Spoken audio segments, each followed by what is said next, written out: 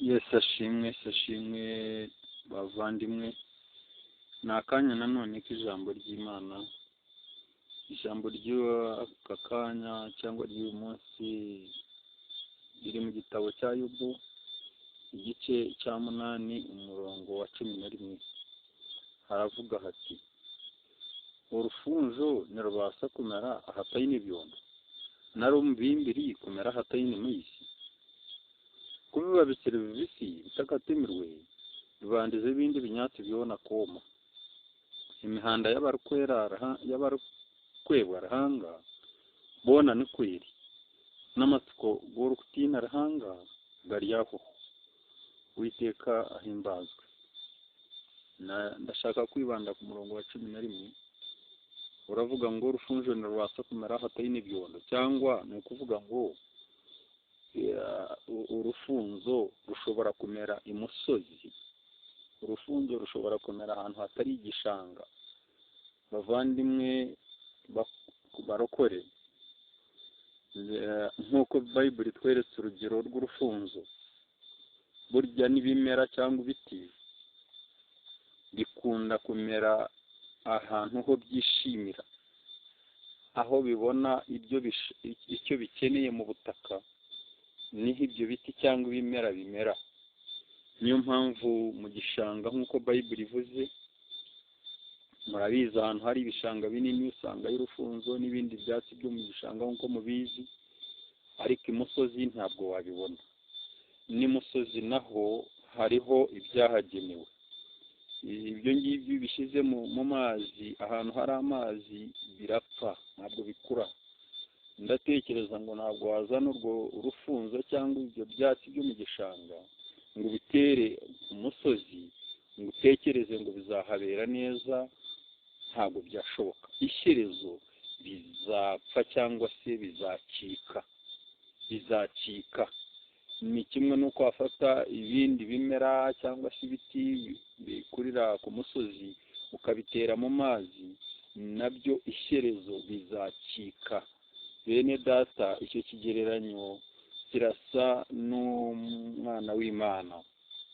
Gukiranuka nako gufite aho kubera neza mu bikari by'Uwiteka, mu maso y'Imana, mu ijambo ry'Imana, mu gusenga, niho gukiranuka kubyibuhira, niho gukiranuka kurabengera kukaba neza. Urukwera warahanga ararage, yaba ariyo mu ishuga mukama, yaba nashaba, yaba nazo umuja mukama, yaba nagira ubwire kugamba narahanga, yaba nagira ubwire kushometse igamba cya mukama. Urukwera ningo murokora umwana warahanga, ubwo nibwo abaje, nibwo agira amagara marungi, nibwo abengeya, nibwo agira amashiko kushemererwa, nibwo agira ubusinge, nibwo agira ukujunwa, nibwo agira ukutina arahanga. Kuko gukiranuka, kuba neza ahantu aho ari mu maso y'Imana, kugira akanya k'imbere y'Imana, kugira akanya kuvugana n'Imana, kugira akanya ko gusenga, kugira akanya ko gusoma ibyanditswe, kugira akanya ko kuganira ikiganiro cy'Imana. Ibyo ngibyo bibyibushya umurokore, umuntu w'imbere, umuntu w'umwuka arabyibuha, akaba neza nk'uko muzi umuntu uko umubiri wishimira ibiwutunga. Iyo umubiri ubonye ibiwutunga ukabyishimira, umubiri uba neza. Wareba n'umuntu mwanahura ukamubwira uti noneho ko usigaye umeze neza. Umurokore nawe uba neza iyo uhaye umuntu wawe umwuka wawe ukawuhereza ibiwutunga. Umwuka wawe, hariho umuntu wawe uri imbere ukeneye ibiwutunga. Hariho umuntu wo mu nda, abarokore, hariho umuntu wo mu nda, hariho umwoyo warahanga utaha muri we. Ubwo nawe nayende biri kumurisa, nayetenge birisa, wari kubure birisa, nawe ahururuka aha mu magufa ashaka ubi. Umuntu wawe imbere, umwuka wawe, umwuka wera ukurimo, ufite ushaka ibirisha, ushaka intungamubiri. Nanone iri jambo ni intungamubiri. iri jambo ririmo vitamini ku murokore. Iri jambo ririmo vitamini, niyo uryumva wumva hariho ka vitamini, hariho akinjira. Uko niko umuntu w'imbere abyibuha, niko umuntu w'imbere aba neza, niko umuntu akureba mu gitondo yakureba akareba urakeye, ntubyuke wiririmbye wijimye ntuwijime. Uzi umuntu kwijima utirabura ukanirabura, cyangwa se ukagira ukundi uhindukaho, uba warakinze, uba wabuze intungamubiri z'ijambo ry'Imana, uba wabuze intungamubiri zitunga umuntu, zitunga umwuka wera ukurimo. Bayibuli iravuze ngo urufunzo rushobora kumera hatari ibyondo cyangwa hatari igishanga, none se umwuka wera yanezererwa mu ibara. Umwuka wera hari ikiganiro menya kitamuhikisha, hariho ahantu wicara hatamuha intungamubiri umwuka ukurimo, hariho ibyo utekereza bitamuha vitamini, hariho umwanya mwinshi waba atabona vitamini muri wowe. Twara akanya, tangira gushaka intungamubiri zo kurisha umwuka ukurimo, tangira kuzishaka. Nk'uko n'ubu ngubu uri wumvira ijambo, uriyo wakira vitamini, uriyo wakira intungamubiri, umwuka wawe ariyo arakira. Umuyo wawe uriyo muriwe, umuyo urkwera barahanga, manya umuyo urkwera akarwumwigura barokore. Umuyo urkwera tuwensigi, ntabwo we akunda iby'umwigura, ahubwo kuba akarwumwigura. Umuyo no warahanga, umuyo urkwera n'ubumwigura, akarwumwigura, akatuswaho narwumwigura.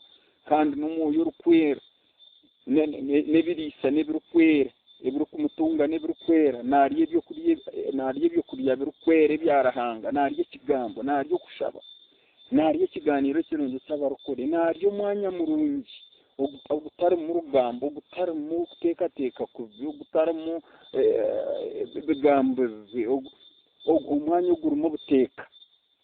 Umuyo urkwera abo kuba karwumwiguru turukubasa kumurisa ngo umurise kubarata, umurise bigambe bitakwatarayino, umurise kutekateka umurise namambi kezi Bible gamba. Turukubasa kumurisa ngwago mucya bigi nahururuka naho amagufa. Umuyo wawe urkwera, umuyo uri muriwe nahindikirisa. Bene data nshuti zanjye, nk'uko Bible ivuze ngo urufunzo ntabwo rushobora kumera ahantu hatari igishanga, n'umwuka wera ntabwo yabera neza ahantu hatari intungamubiri, hatari ijambo, hatari Imana. Urugo rutari Imana, umuntu utavuga amagambo y'Imana, uvuga nabi, ntabwo umwuka wera yaba neza. Umwuka wera ubonye nk'uko basikaninga umuntu mwirwariro bakareba ibikuri imbere. Umwuka wera sikana y'umwuka imukweretse, ubundi wasanga byibushye cyangwa horose. Bene data nshuti z'Imana, mutwarire ijambo nk'irikuru, mwubake, mushake birisha umuntu w'imbere aho ashobora kubera neza. Umuntu wawe aho ashobora kubera neza, umuyo urkwera uri muri we abase kubagiye, abase kugomoka, abase kushemererwa, abase kubagiye bwite n'umanya kubagiye. Uzi kuba neza, uzi ko bavuga ngo nakayabaye neza, nankakabagiye hatarigiye. Umuyo wawe barukuri abegiye, nikushabira arahanga kugira igihe. Umuyo uri muri we abegiye, ubege mukashisho, ubege mwihango, ubege nyikiro, ubege nugenda harati cyo bege uri mu tawuni, ubege uri mu bigenyi, ubege uri mu motoka niyukuza, ubege utajero bigenya ahantu n'abandi.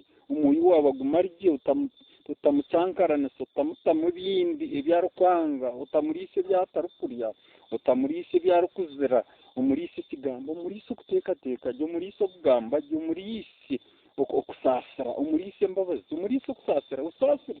Umuyo urkwera uri muri we abase kubagiye. Hanga Wisirayeli abantera umugisha mu izina rya Yesu.